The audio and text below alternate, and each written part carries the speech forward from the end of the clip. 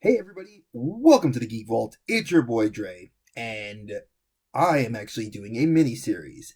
After being on Yukon Phil's show, his anniversary show, he and several of the people in the chat commented that they would love to see earlier content of mine. Now, sadly, I have to look really hard, but I don't have the first 12 episodes. I don't know what happened to them. Like, I've looked at my hard drives and I can't find them. But I have from episode 13 up until when I stopped doing the show a few years ago, or stopped doing the channel. So I'm going to take random older stuff and have you guys watch them, and you can laugh at some of it because I think some of it's good, some of it's But it was my early start, and since everybody wants to see it and they think it'd be cool to see, I'm gonna go ahead and do it. So go ahead, enjoy. Check it out. And as always, my friends, stay geeky. Peace, y'all.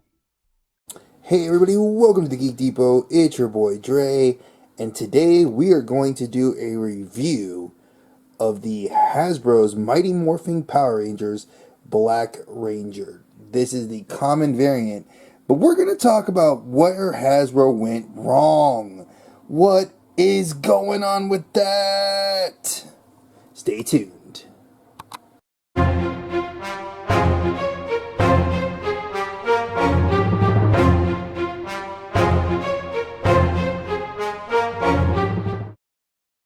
So everybody, this is the Geek Depot, and Dre is not happy camper.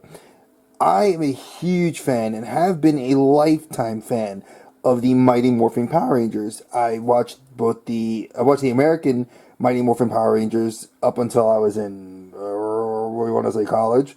But my friends made fun of me because I dragged one of my best friends to actually go see the Mighty Morphin Power Rangers movies when they were in theaters for my birthday. Big shout out to Larry. Thank you for tolerating going to those things with me. But I started collecting the figures after I started getting into the Boom Studios comic books back, I would say, early last year in 2020. The pandemic definitely brought about some interest in like reading the comics. So I was like, well, I want to collect the toys, and I knew Hasbro had been putting them out, so I bought the Lord Dracon. I have the Lord Dracon exclusive, the Evo exclusive that they did on Hasbro's website. I have the Green Ranger, Blue Ranger, Red Ranger, Pink Psycho Ranger. So you can guess that I have a couple of them. And I'll be doing reviews on those, but this review today is to talk about where Hasbro went wrong. And I'm saying, look at that face. That is not the Black Ranger's face. That is a very poor attempt at a coloring of the Black Ranger's face. I don't, Zach was never had his hair like that, never looked like that. I mean, to be very frank and honest, it looks like they repainted this and took the glasses off of the Blue Ranger Billy. So, I'm going to go into a little bit more detailed review of this figure. So, give me a second to actually, get the figure open and we can take a closer look at it. Hopefully, Hasbro didn't screw up on the figure itself, just on the head sculpt, and we'll talk about that. So, getting this figure finally out of the package, upon closer examination, the weapons look really good. Like I said, they really kept true to the blaster that they had, his axe that became the gun weapon. Now, if you're a fan of putting together the entire 5-Ranger weapon that they used in the TV show to kill some of the monsters that Rita and Lord Zed would send, you can get the SH Figuarts, which are about $45 for, I know, the White Ranger and the Red Ranger. I don't know how much the other ones cost, but I have seen people own a complete set and they are able to actually piece together all the weapons to form that Mega Blaster. You get an extra set of hands, which I think is cool. We get the dagger, which I don't like the paint on it. I mean, if you actually zoom in, to the camera, it doesn't look terrible, but to me, in my eyes, I mean, maybe I'm getting older, I don't like the way the paint looks on the weapons. but that could be done. And then you get like an actual blaster piece effect for the axe. I do like the detail where it shows the mastodon. I wish there was better detailing on his belt. Like you could see here, like the morpher piece, like it's not, you can't tell that it was the mastodon. But this is what you get when you pay $20. Now, again, I suggest that that face is never going to go on my Power Ranger toy. Good Lord, Hasbro, what are you doing? I mean, as a person of color myself, that looks terrible. And I really feel like they didn't get a head scan. Now, I don't know if Hasbro has the rights or even spoke to the actor that played Zack in the show. But, I mean, if you look at the other head scans, like, I'll pull Trini's. May she rest in peace. She looks like Trini. Jason David Frank, the Lord Dracon, looks like Jason David Frank. Then you get Zack.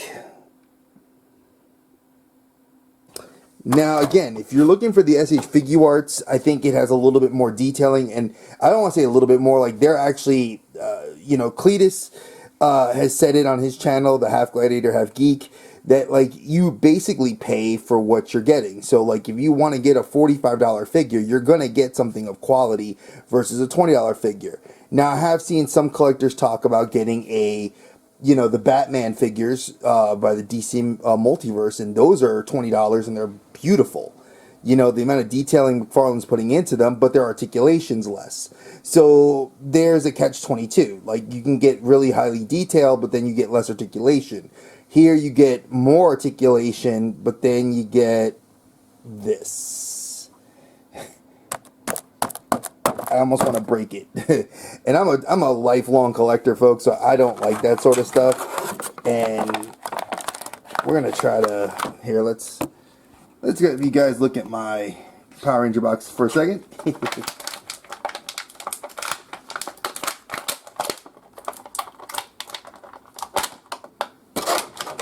Now,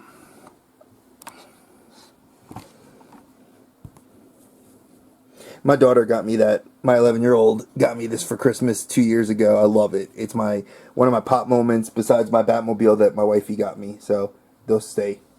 Now, as you can see here, the figure is still new, so it's stiff.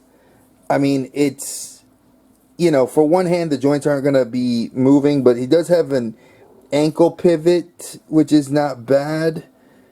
Let's see. The holster actually can hold the blaster, which I think is pretty cool. For a $20 figure to have an actual working holster, I'm good with. Now, the arms have those butterfly joints, but like I said, since he's still new, he's not, like the left arm moves in the butterfly joint a lot looser, but this right one does not. So, like, your figure, if it's got a butterfly joint, should be able to do this, as you can see. And this one is not moving. So,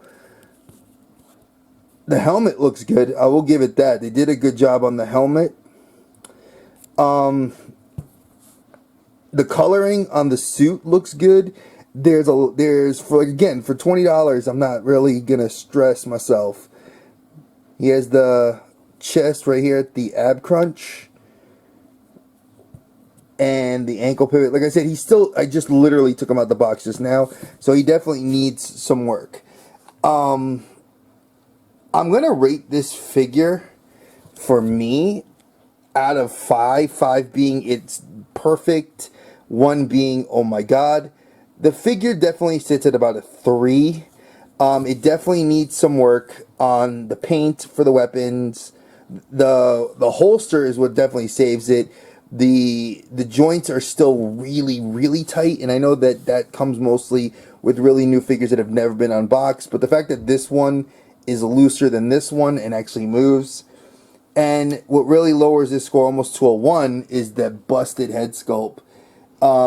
Again, Hasbro, if you guys are going to remake this figure, please put a proper head scan of Zach, or I'm going to just give my money to SH Figure Arts and Bandai and get a better figure. So if this is your first time to my channel, toy reviews are a very common thing I do here. Make sure you comment below, say if you agree with me, this head scan was terrible. Or, hey, maybe you need to do a little bit more detailing on the figure. Whatever you think. If you like it, hit a thumbs up. And if it's, again, your first time to my channel, hit that subscribe button. Hit the bell, let you know when I'm going to have a video up. And, yeah, my friends, as always, stay geeky. Peace, y'all.